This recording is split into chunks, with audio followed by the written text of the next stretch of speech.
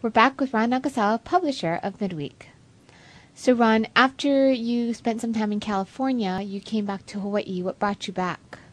Mostly my family. And, we had a close family. That's my mom and dad, of course, and I have a brother and a sister, both younger than me, but we're all in a row. So my mom really wanted me to come home and just to be with the family, and I was looking forward to coming back home too as well. Although when I left, I really had a job opportunity to go back up to California and work for the foundation full time. But I came back and I decided that I would try getting a job. So I did. I landed one with the Department of Education as a substitute teacher, but for the special education, and actually it was for private home tutoring. And it was really for special, very, very special cases of special education.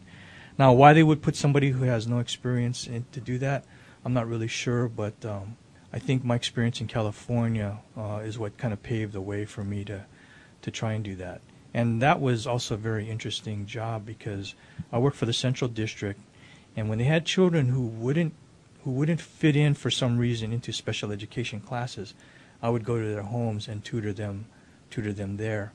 And it's and to understand, one of the children, she had what's called Prader-Willi syndrome. And what that is a birth defect that they have the inability to stop eating. What they will do is actually they can eat themselves to death. And the parents have to actually lock the children in their rooms at night, that type of thing. And they also have a learning disability and some emotional problems, where they could go into fits of violent rage. But this was a very, very sweet girl, and I couldn't imagine that she would be any kind of a problem.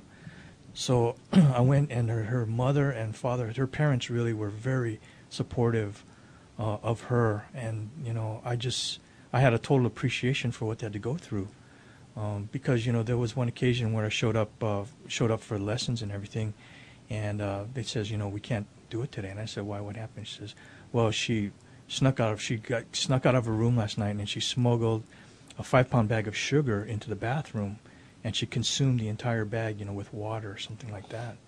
So, to comprehend that kind of fear that they have to go through it was unreal.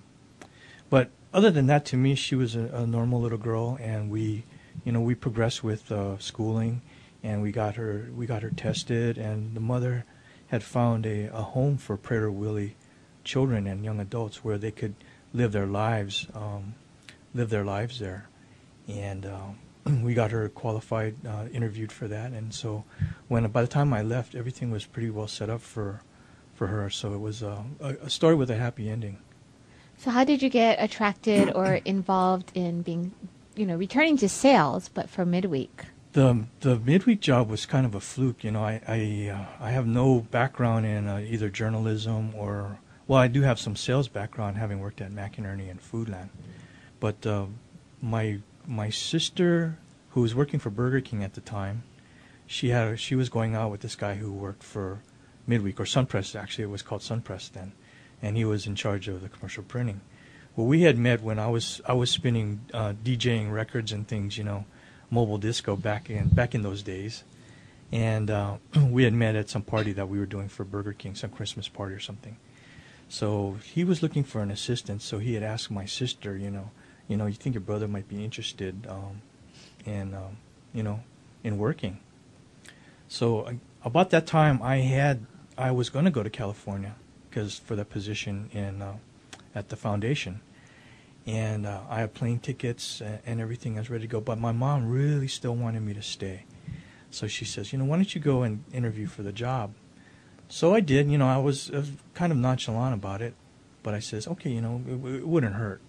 So I went and interviewed, and I really felt like I didn't do a great job because I have zero experience, and I think one of the questions the publisher at the time was asking me was, how's your math abilities? And I was just being honest. I says pretty terrible, and in the meantime, my sister's boyfriend, he's elbowing me, I said, don't say that, but I had taken a tour just before I went into interview with the publisher. I wore a nice white polo shirt, long sleeve, and I had gone into the press room just for a little tour.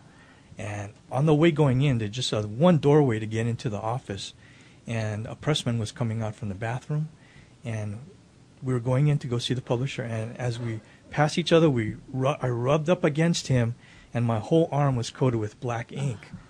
So when we went into the interview, and I says, how am I going to try to cover this, on an interview? Great impression, but basically says, well, I believe you actually have to hire me now because you destroyed my shirt.